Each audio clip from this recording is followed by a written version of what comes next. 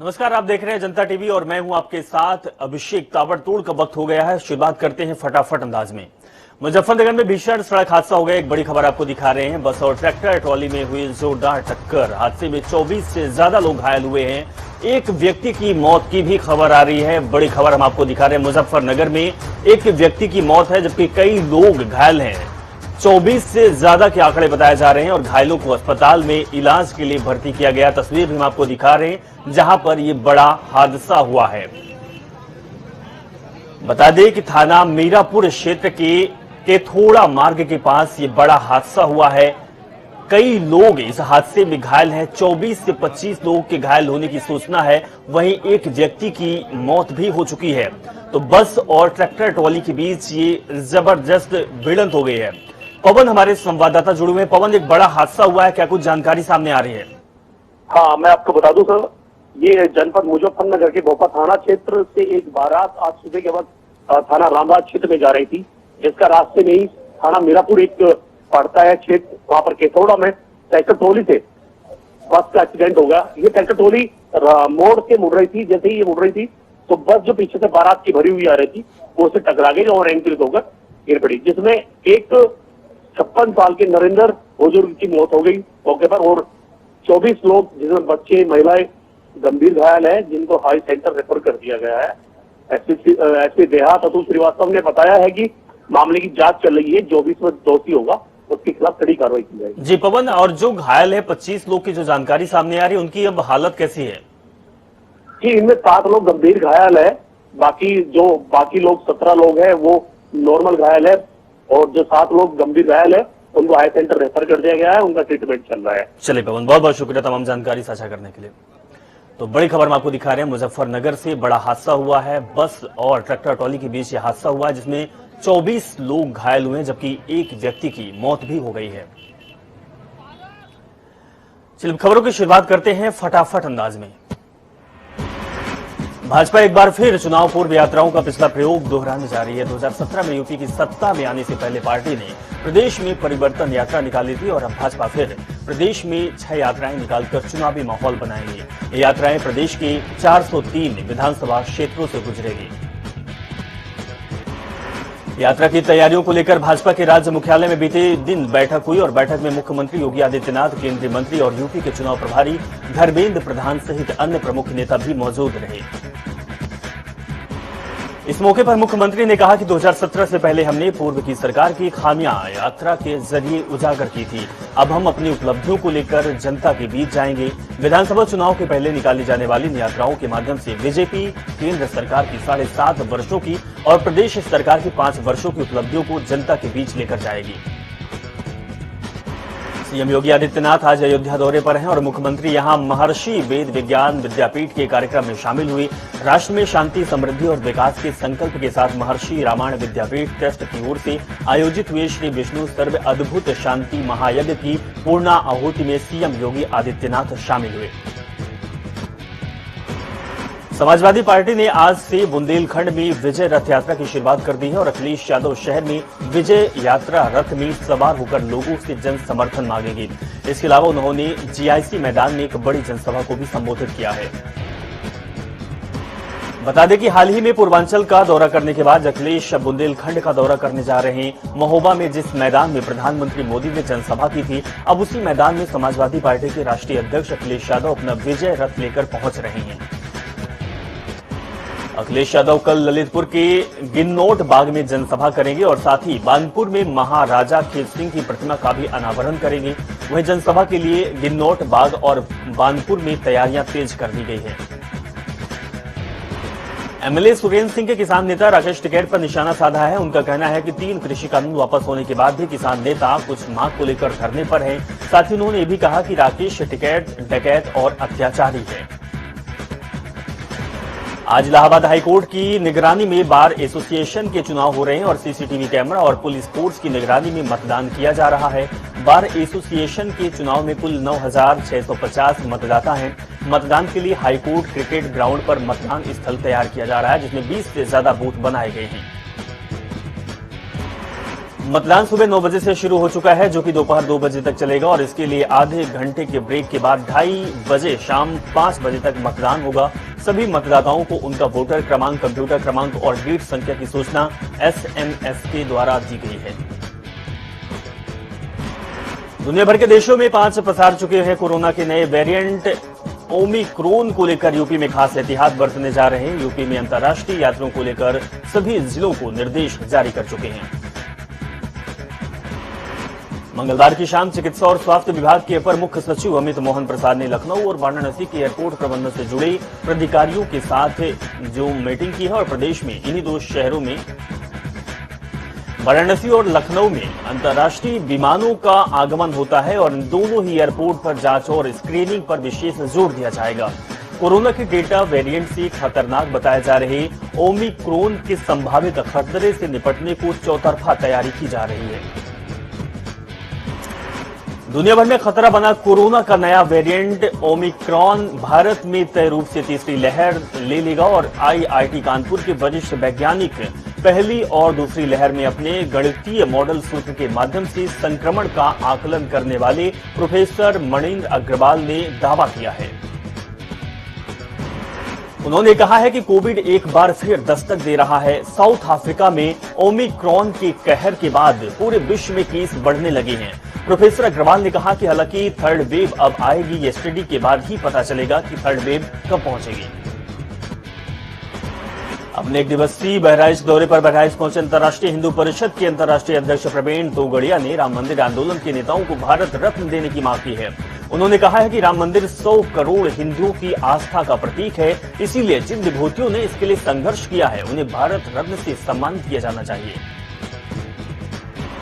बहराइच पहुंचकर प्रवीण तोगड़िया ने प्राचीन सिद्धनाथ मंदिर में पूजा अर्चना की, जिसके बाद पत्रकारों से बातचीत करते हुए उन्होंने कहा कि सरकार बेरोजगारों के लिए, किसानों के लिए काम करे और उसे आने वाले समय में सरकार बनाने का मौका भी मिलना चाहिए। बलिया के मनियर थाना क्षेत्र में बेरहम पति ने पत्नी को दिल्ली ले जाकर जुए में हार गया। साथ ही पत्नी में 2 लाख का डिमांड करने लगा। पैसे न देने पर पति ने 3 बार तलाक तलाक तलाक बोलकर पत्नी और बेटी को घर से भगा दिया, जिसके बाद महिला ने डीएम कार्यालय पहुंचकर न्याय की गुहार लगाई है।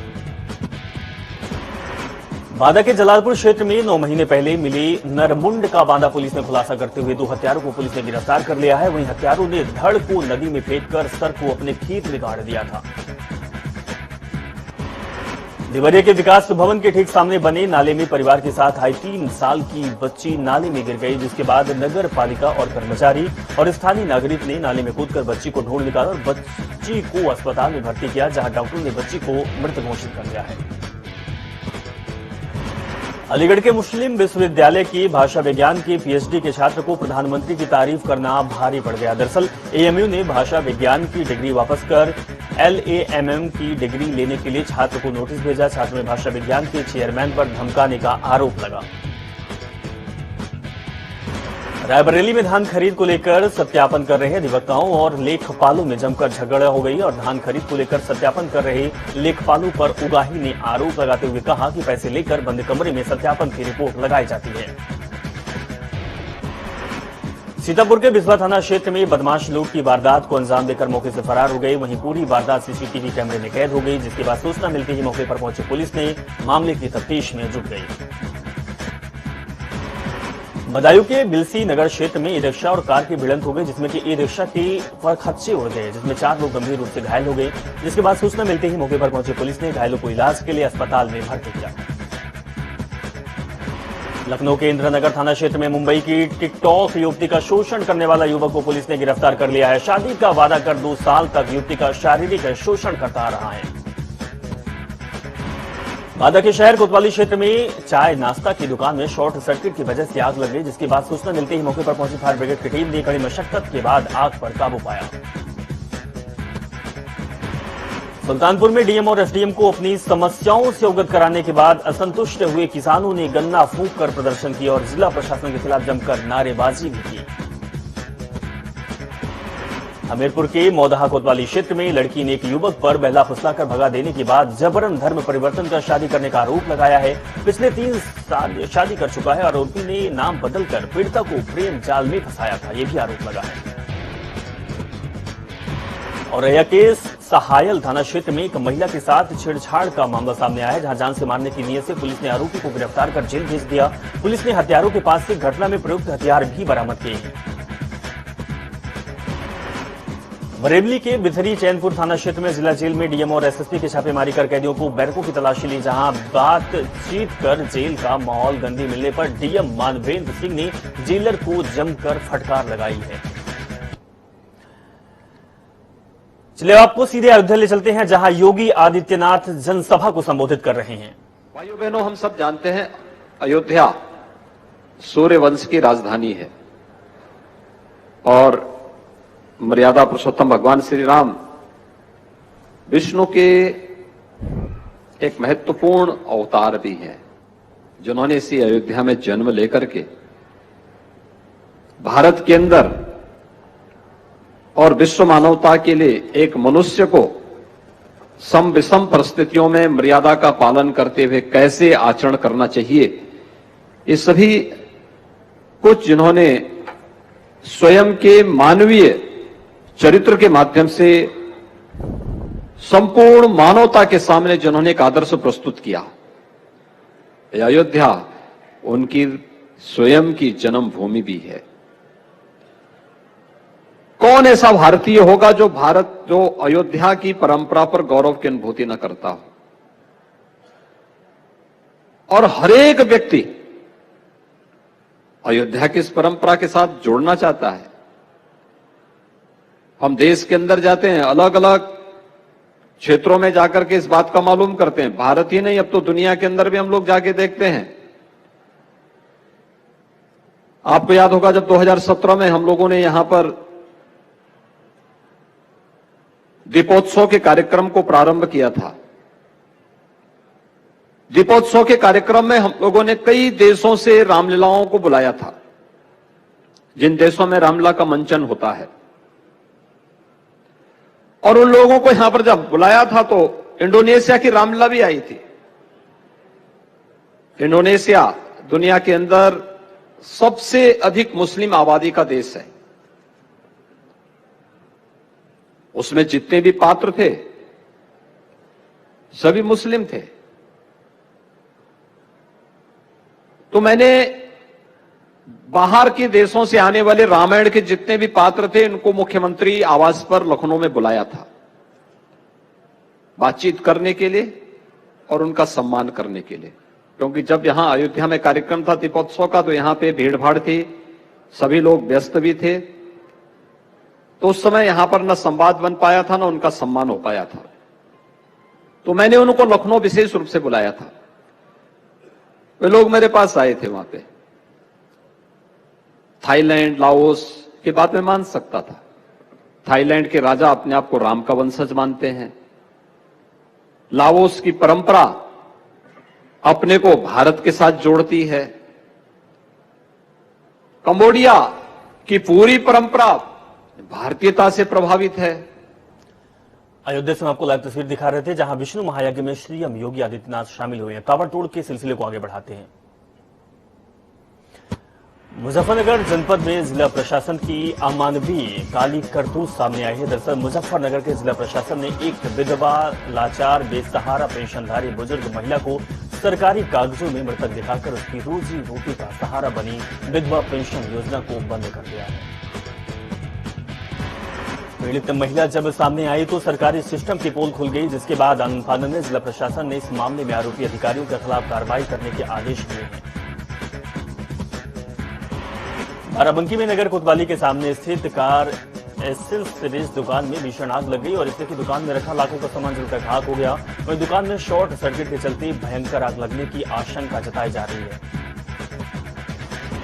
आगरा के बाढ़ क्षेत्र में डेरा गांव में घर में खेलते समय गर्म पानी में भगोने में 2 साल का बच्चा गिर गया और झुलस गया, जिसे आनंद फानंद में परिजनों ने इलाज के लिए सीएचसी केंद्र में भर्ती कराया है, जहां इलाज चल रहा है। उत्तराखंड विधानसभा चुनावों को देखते हुए कांग्रेस अब चुनावी मूड में नजर आ रही है। कांग्रेस से निष्कासित पूर्व प्रदेश महासचिव खजान पांडे की कांग्रेस में वापसी हो गई है। हल्द्वानी के स्वराज आश्रम में खजान पांडे को जोरदार स्वागत हुआ। इस मौके पर उन्होंने पार्टी पदाधिकारियों और कार्यकर्ताओं का आभार जताया है। खजान पांडे ने कहा है कि लगातार कांग्रेस की मजबूती के लिए काम करेंगे। इस मौके पर पूर्व कैबिनेट मंत्री हरीशचंद्र दुर्गापाल भी मौजूद रहे। उन्होंने कहा कि कांग्रेस लगातार मजबूत हो रही है और 2022 के विधानसभा चुनाव में सभी लोग मिलकर काम करेंगे और भाजपा को उत्तराखंड से उखाड़ फेंकने के लिए दृढ़ संकल्प लेंगे। रामनगर के विश्व प्रसिद्ध जिम कॉर्बेट नेशनल पार्क में एक वीडियो तेजी से वायरल हो रहा है, जिसमें बाघ येलो थ्रोटेड मार्टिन को शिकार बताते हुए उसके पीछे भाग रहा है। ये वीडियो घूमने वाले पर्यटकों की ओर से अपने कैमरे में कैद कर लिया गया था। नैनीताल में कोरोना से एक 70 साल के बुजुर्ग की मौत से माहौल गंभीर बना हुआ है। डीएम धीराज गर्ब्याल ने बताया कि विदेश से आने वाले यात्रियों को 7 दिन आइसोलेशन में रहना पड़ेगा। उसके बावजूद भी स्वास्थ्य टीम लगातार ऐसे पर्यटकों पर नजर रखेगी जो कि विदेश से आ रहे हैं। हल्द्वानी और आसपास के इलाकों में इन दिनों हाथियों के आतंक से ग्रामीण बेहद ही परेशान है। हाथियों के आतंक से निजात पाने के लिए ग्रामीणों ने वन संरक्षक का घेराव कर अधिकारियों से कहा कि हाथियों के आतंक से निजात नहीं मिली तो वे उग्र आंदोलन पर ही बाध्य होंगे।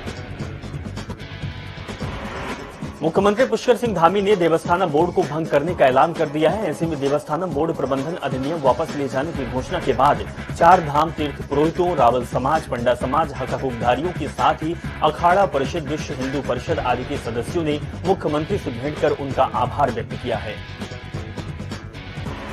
बीते दिन मुख्यमंत्री आवास में अखाड़ा परिषद के अध्यक्ष महंत रविन्द्रपुरी, अखाड़ा परिषद के महामंत्री महंत हरिगिरी आचार्य, महामंडलेश्वर स्वामी कैलाशानंद महाराज समेत कई संतों ने भेंट कर मुख्यमंत्री का आभार जताया है। सीएम धामी पौड़ी रवाना होने से पहले शहीद मेजर चित्रेश विष्ट के नेहरू कॉलोनी स्थित आवास पहुंचे, जहां मुख्यमंत्री पुष्कर सिंह धामी ने शहीद मेजर के घर के आंगन से मिट्टी लेकर शहीद सम्मान यात्रा को रवाना किया।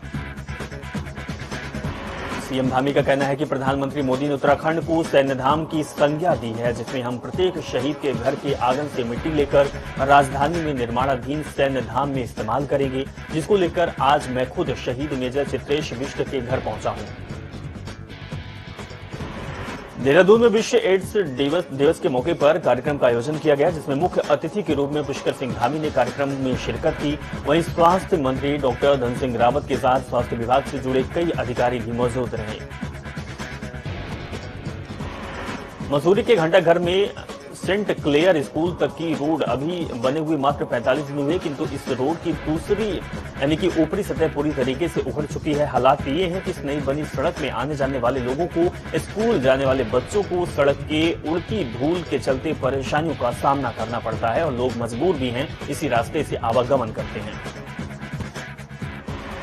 फेसबुक के संस्थापक मार्क जुकरबर्ग के खिलाफ उत्तर प्रदेश के कन्नौज के ठठिया थाना में रिपोर्ट दर्ज कराई गई है।